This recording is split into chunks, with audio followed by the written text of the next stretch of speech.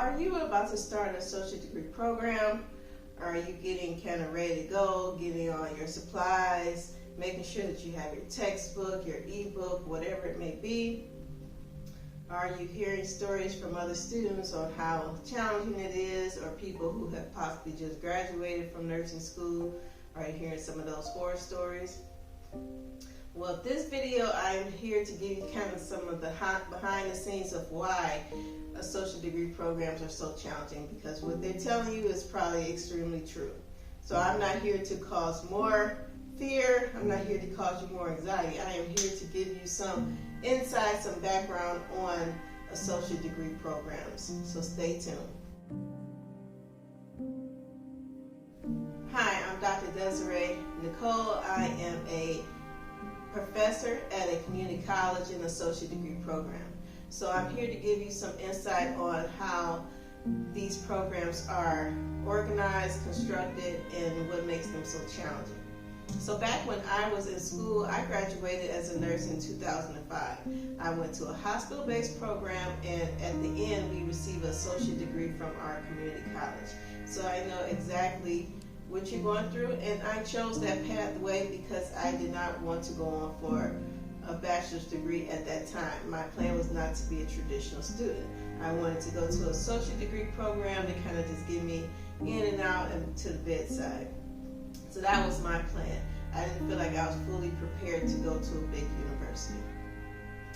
So from that situation, I went on and I finished, and right afterwards I went for my RN to BSN.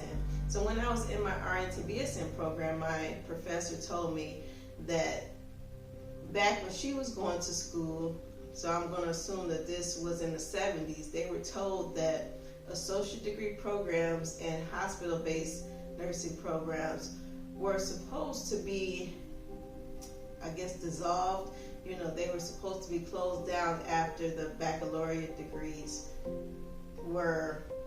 those programs were in place. So I never really thought much into it, but I was thinking, like, you know, why? I always thought, why does associate degree nurses and baccalaureate degree nurses have the same pretty much requirements at the beginning? Both as nursing students, once you become a graduate, you take the NCLEX. Both take the exact same exam, and many times they apply for the exact same position. So I always kind of wondered, like, what was the difference? So back in 1965, the American Nursing Association did recommend that all bedside nurses have their baccalaureate degree. So that makes me wonder too, like, that was years ago.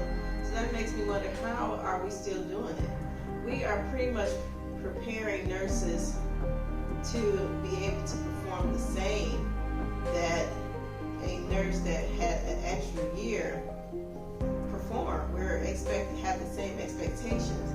So hospitals, clinics, long-term care environments, they have the same requirement for that nurse that they hire. They have an associate degree or a bachelor's degree. So I'll tell you that right now. So if they have the same requirement as a nursing school, they're going to also have to meet that requirement, that expectation. So as a associate degree program, they're going to jam you with an excessive amount of information, because we have to get certain course objectives met in order for you to be able to perform that same job to the same degree as a baccalaureate prepared nurse. So you're going to have your lectures, your lab, and your clinicals. And another requirement that needs to be met, they have to meet the same requirements that other associate degree programs have to meet. So if someone's getting an associate degree in business, it's going to be the same amount of course credits, or maybe a little bit different, but around the same amount. So you kind of wonder, you know, because in business, they're not doing labs and clinical. So it makes me wonder, like, how do we even get it done? We get it done because certain things such as clinical, you don't have, many cases you don't have credit hours. It's just a requirement for that particular course. So you are going to be in school much longer. You're going to be in lab. You're going to be in clinical sites. When you compare your schedule to someone who's going for a degree such as business, you're going to you might get upset. You might say, why I have so much more, but that's what has happened. And really over the years, nursing degrees always required, I thought, when I looked at least 10 extra credit hours.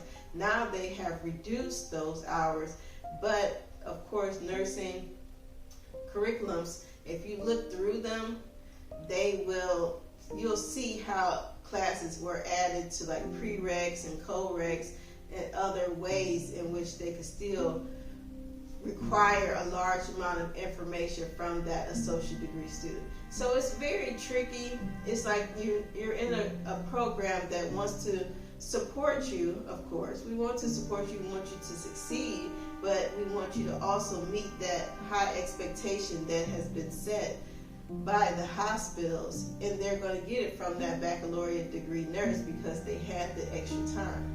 So I'm just here to tell you, you're not crazy, you're not thinking off, you're not thinking that something is not right here and that something's wrong with you. Nothing is wrong with you. I'm just letting you know that this is what it is. You're going to be probably filled with a ton of information. Number one thing I would say, you just have to enjoy it. You have to now turn off whatever thoughts that you had before and turn on all nursing thoughts. It's all about nursing. Once you start that program, think of yourself as a nurse. You want to be in nursing? I plan to be in nursing for the rest of my life. So if you want to be in nursing for the next 10 years, 30 years, 50 years, at this point it starts now. Now think nursing all the time. Make it a part of your life. And that helps when it comes to enjoying the process. Now you will enjoy learning these different things about nursing a little bit more than maybe you would have if you think about, oh, they're just making us do this because they have to check us off on something. So don't think of it that way. Just think of it as, this is the profession that I've chosen. I'm going to enjoy it. I'm going to be here for the long haul. So bring on the information. Bring on as much as you can, because I want to know about it. I want to learn about it. But these are some tips that I would just suggest to you moving forward. So tip number one, I would definitely encourage you to find 2 to 3 supportive classmates and create some type of a group. It doesn't have to be a study group. I would suggest that it be a study group, but create a solid little group where you all can communicate back and forth. So where you all are texting, calling, emailing each other. So that is extremely important because, like I said, you're going to get a vast amount of information. You need people to kind of have your back. You need to have someone, that one person that knows when everything is due.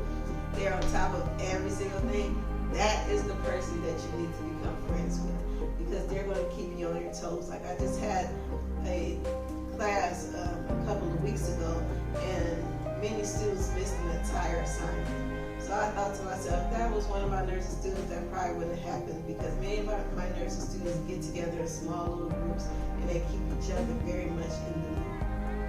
So that is definitely one of my number one things that you should do. Another thing that you should also do is find a mentor. Find someone that you can kind of go to when you're having challenges and struggles, and of course when you have some celebrations. If you're working in healthcare, if you're working in hospitals, long-term care, there's always a nurse there. So find a nurse that you feel like is a good role model. They went through the program similar to yours. They can give you some great insight. If you can't find a nurse, you can always find another nursing student that is maybe one level or one class above you. They can also give you some insight because they just completed the class. Thirdly, maybe you don't want this option, but you can always reach out to a nursing instructor. It's rare that students actually reach out to nursing instructors and want to talk to them about nursing. So reaching out to nursing instructors help tremendously, because all nursing instructors are nurses. We're all nurses, so we've all been through it before. So we're a great resource for many problems that you might run into. All right, so a couple more tips I would consider is finding a tutor. Finding a tutor is not as hard as you think. Many nursing schools now have tutors for nursing students. Find them the first week, please, because you will find students that will book up all the times. If you're looking around week 5, week 6, many of those time slots are gone because of students like myself that's already booked them. So you want to find a nursing tutor if you can. If you cannot, you can find someone. I would suggest someone that teaches A&P. Find a science tutor that can go through the different body systems with you again. That would help out tremendously. Or if you're going and talking about fluid and electrolytes, find someone that's possibly in chemistry. They could definitely help you figure out the processes. So you don't have to have a nursing instructor. You can have a nursing. If you can't find a nursing tutor, find them. But if you can't find them, find a tutor in other specialties such as math and science. And the last thing to consider is your home environment.